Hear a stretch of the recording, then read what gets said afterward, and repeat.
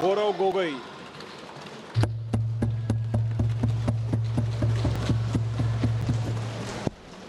धन्यवाद अध्यक्ष महोदय।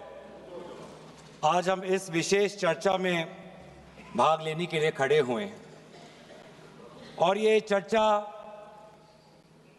इसलिए हो रही है क्योंकि हाल में ही जो युद्ध हुआ वो एक सूचना का युद्ध था।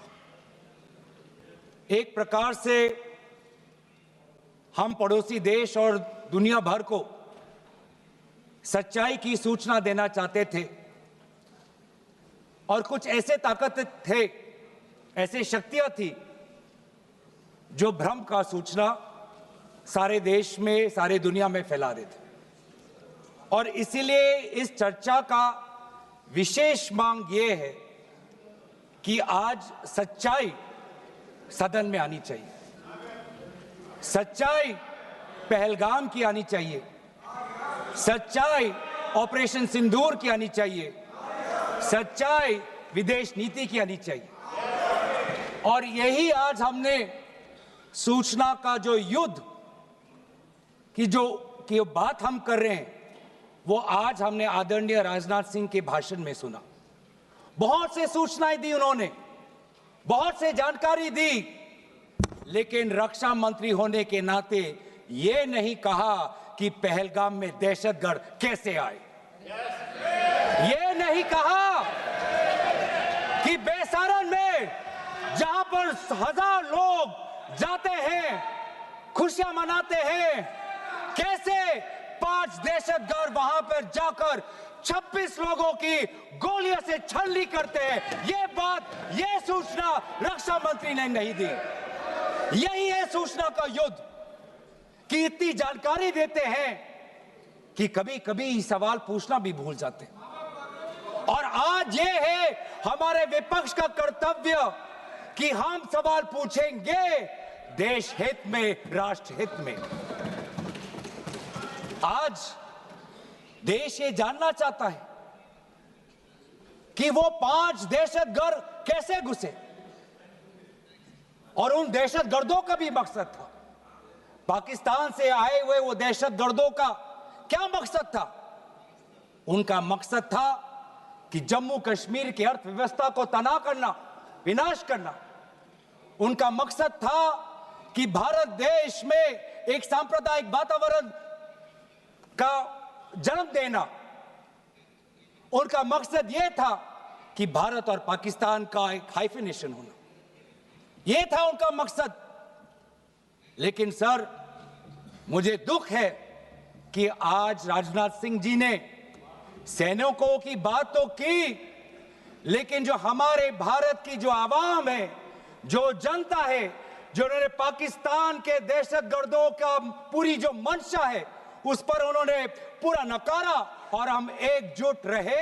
हम, मुझे भारतीय होने का गर्व है। हमने देखा बेसारन में कि किस प्रकार से जम्मू और कश्मीर के लोगों ने पूरे देश भर से आए हुए जितने भी पर्यटक थे उनकी मदद की। हमने ये देखा कि किस प्रकार से देश भर के जो पर्यटक जो जम्मू कश्मीर में थे उन्होंने अपने जम्मू कश्मीर के भाइयों को धन्यवाद दिया। हमने ये भी देखा कि कैसी एक विधवा हिमांशी नरवाल ने कहा कि मैं नहीं चाहती कि मेरे जो पति जिसको लेके आज राजनीति हो रही है उसके शव पर देश में हिंदू मुसलमान की राजनीति हो, मैं नहीं चाहती। यह है हमारी देश की संस्कृति और यह था मंशा पाकिस्तान का। और मैं ये भी गर्व महसूस करता हूं कि सारे विपक्षी राजनीति दल, हम सब एकजुट होकर, राहुल गांधी जी ने एक साफ साफ कहा कि हम सरकार के साथ हैं और सरकार को पाकिस्तान को एक ठोस मजबूत कदम देना ही पड़ेगा। लेकिन देश ये भी जानना चाहता है, वे 26 लोग जो जिनके परिवारों में आज कोई गुजर गया, वे ये भी जानना चाहता है कि 100 दिन गुजर गए और वे 5 दहशतगर्दियों को ये सरकार पकड़ नहीं पाई।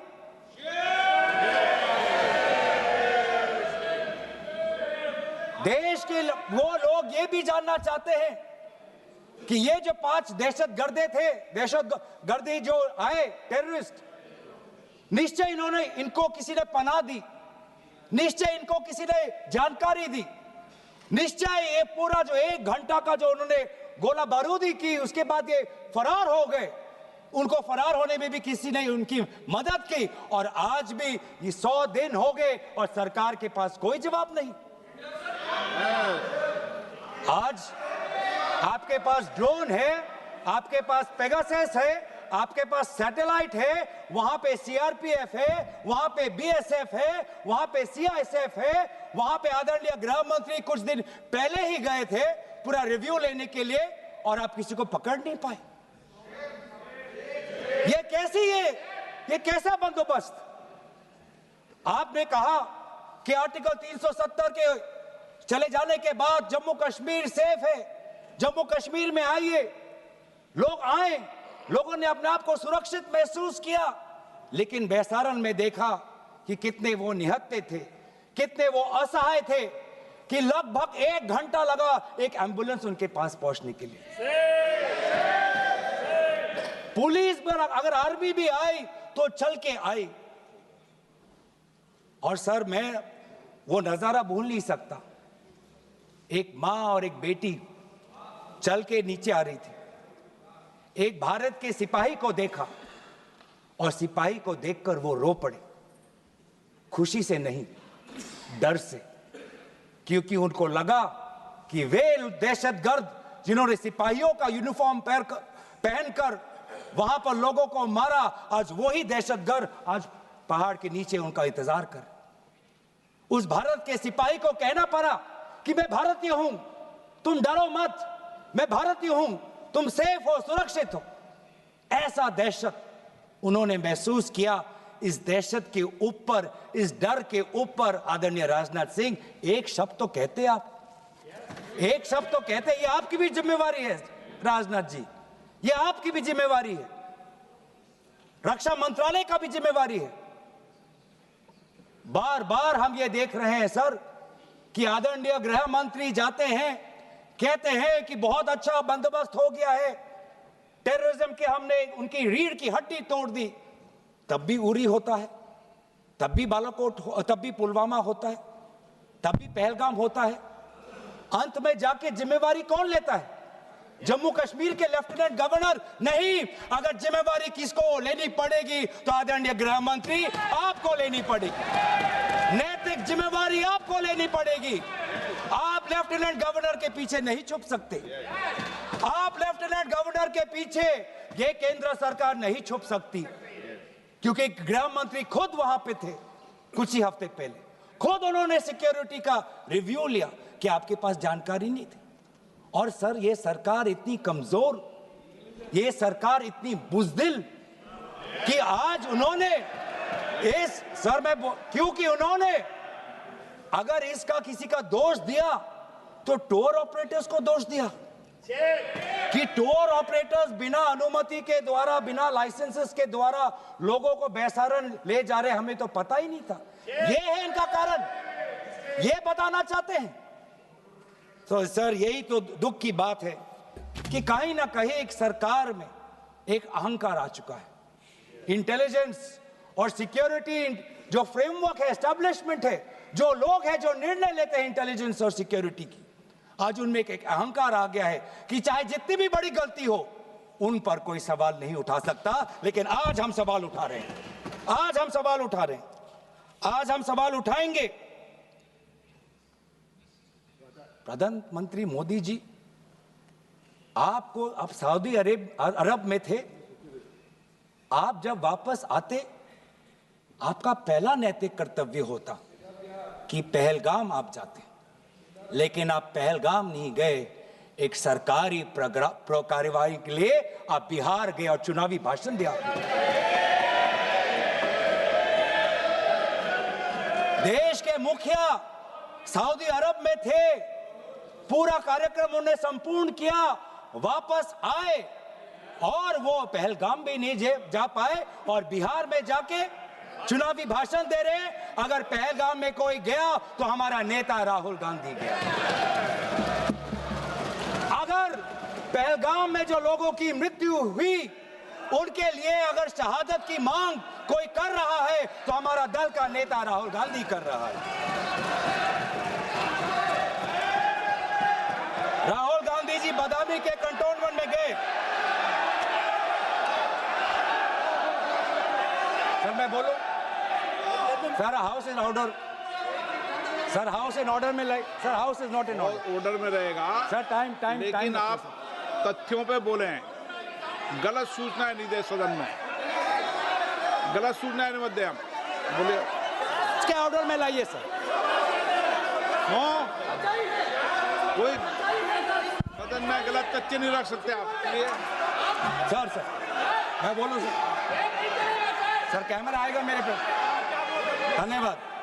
आदरणीय अध्यक्ष महोदय, अब बात आती है ऑपरेशन सिंदूर की। आज मैं राजनाथ सिंह जी का भाषण सुन रहा था। मुझे पता नहीं चल रहा था कि राजनाथ सिंह जी जो भाषण दे रहे थे वो किस समय का उजागर कर रहे थे।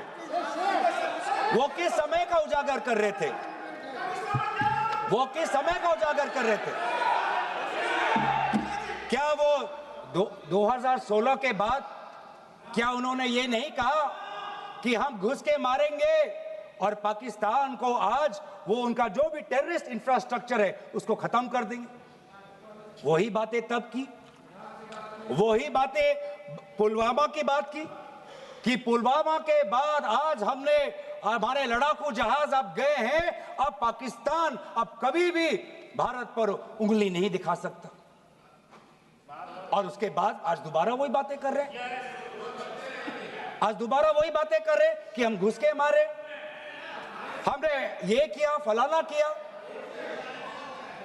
और ये अब भी कह रहे हैं कि ऑपरेशन सिंदूर कंप्लीट नहीं हुआ, अधूरा है, क्योंकि कल को जाके दोबारा पाकिस्तान कर सकता है। ये खुद कह रहे हैं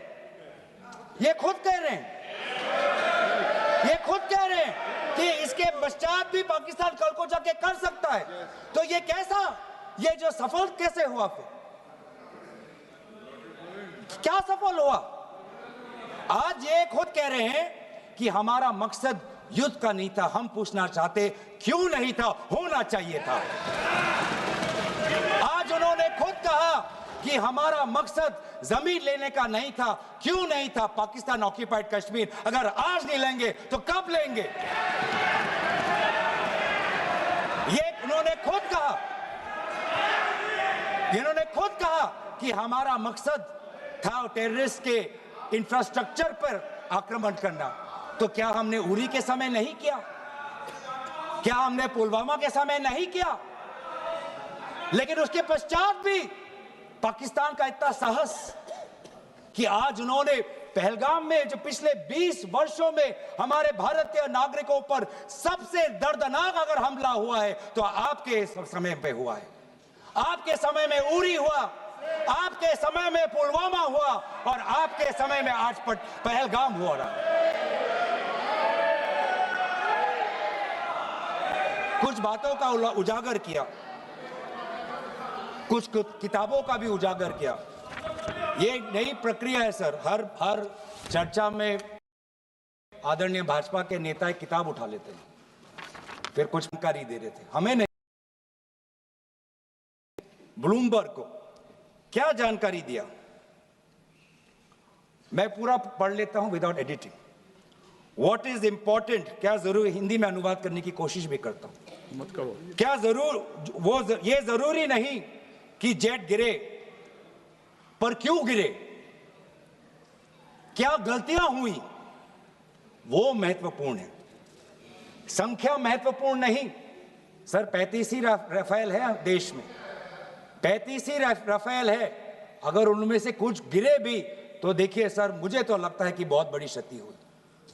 35 राफेल, अगर कुछ उनमें से भी अगर कुछ गिरे तो मुझे लगता है कि जरूरी है, क्योंकि आपको लगता है कि 35 राफेल काफी है, तो अगर कुछ गिरे तो वो भी जरूरी है। और उन्होंने उसके बाद ये कहा कि ये बात अच्छी है कि हमने अपनी गलतियां को समझा, उसको सुधरा, और 2 दिन बाद हमने अपने जेट को उड़ाए और दूर से हमने आक्रमण किया। सर, ये मैं थोड़ी जानकारी चाहूंगा।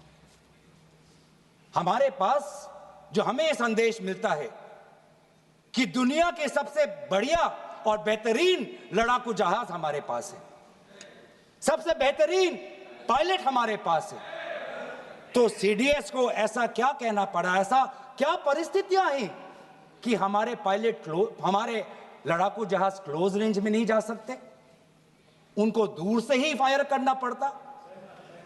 ये क्या है? ये क्या पाबंदी है?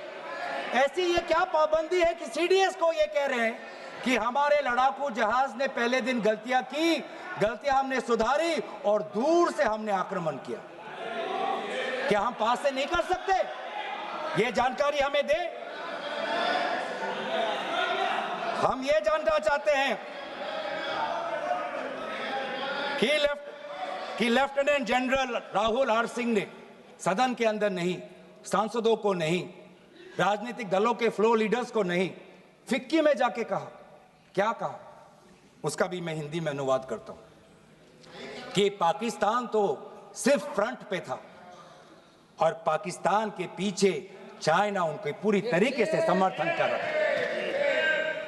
ऐसी कोई आश्चर्य की बात नहीं होनी चाहिए, क्योंकि पिछले 5 वर्षों में लगभग 80% मिलिट्री हार्डवेयर पाकिस्तान को सब पूरा चाइना से मिल रहा है।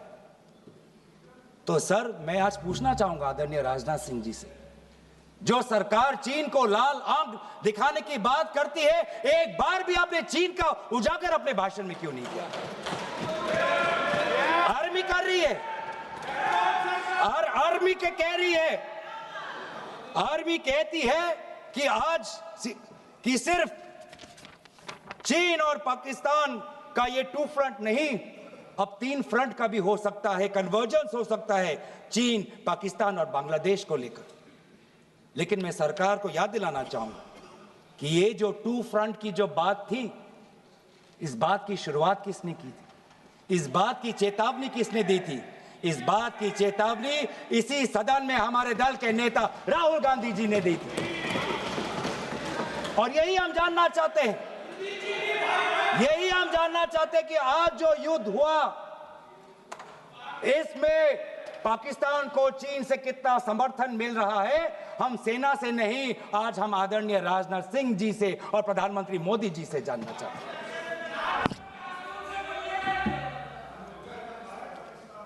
और सर, इंडोनेशिया में जो डिफेंस अटैचे है, उसने तो ताज्जुब की बात कह दी। उसने क्या कहा sir? India defence attache group captain Shiv Kumar ने, हिंदी में दोबारा अनुवाद करता हूं, कि भारत ने लड़ाकू जहाज खोए तो खोए इसलिए क्योंकि कुछ मिलिट्री टारगेट्स पर आक्रमण करने पर पाबंदी थी। क्यों? क्या पाबंदी थी? ऐसे क्या ये राजनीतिक कंस्ट्रेंट्स थे?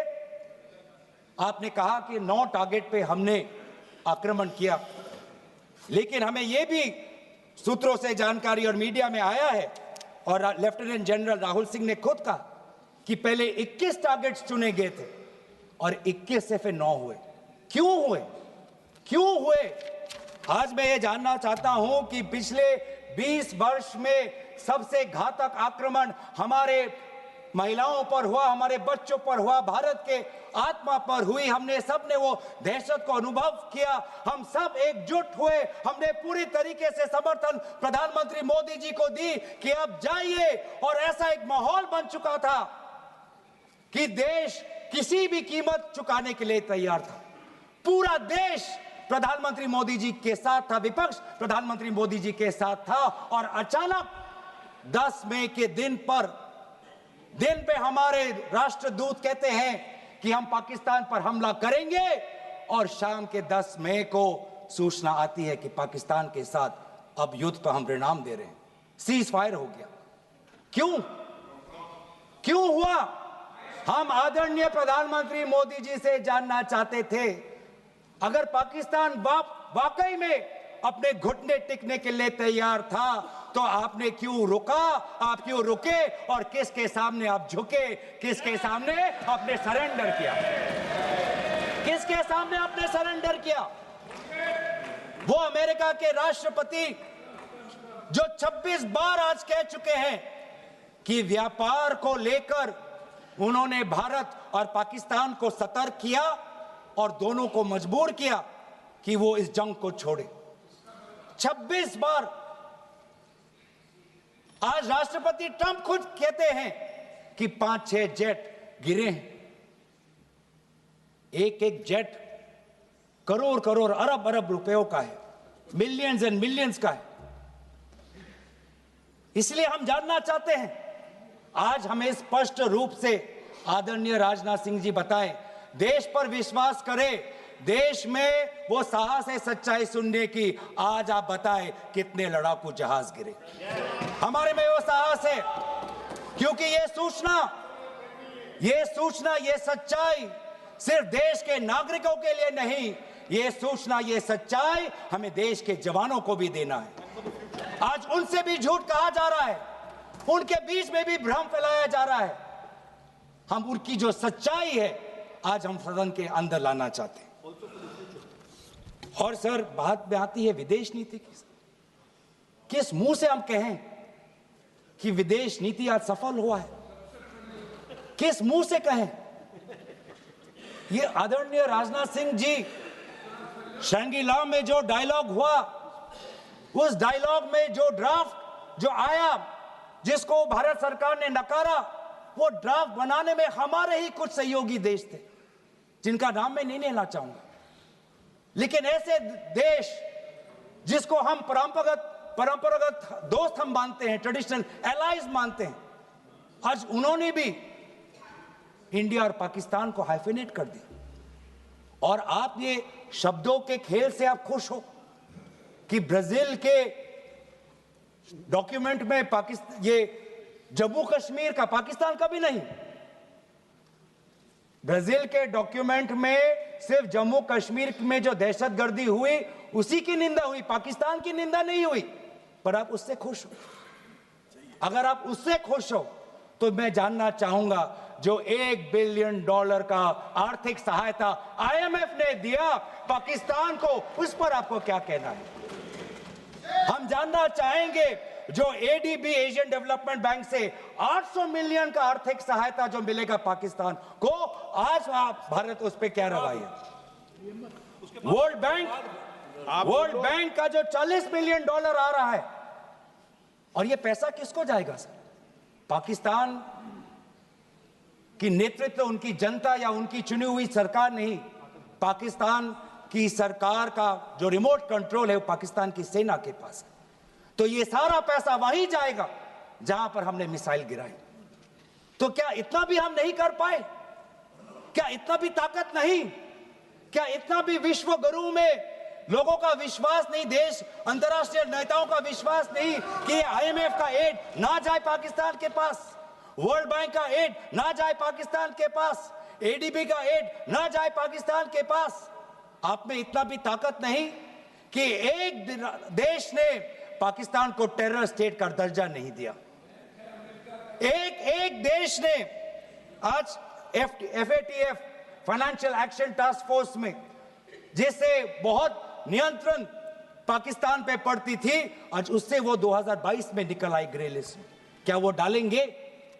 तो इसीलिए आज हम ये मांग करते हैं कि सरकार, अब डरिए मत, सच्चाई से डरिए मत।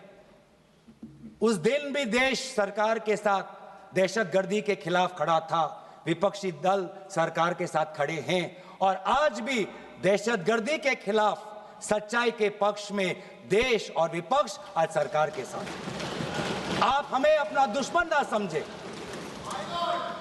हम सरकार के दुश्मन नहीं हैं, हम अपने देश के पक्ष में बोल रहे हैं, जवानों के पक्ष में बोल रहे हैं। पर आप हमें कृपया सच्चाई देने का हमें वो सम्मान दीजिए।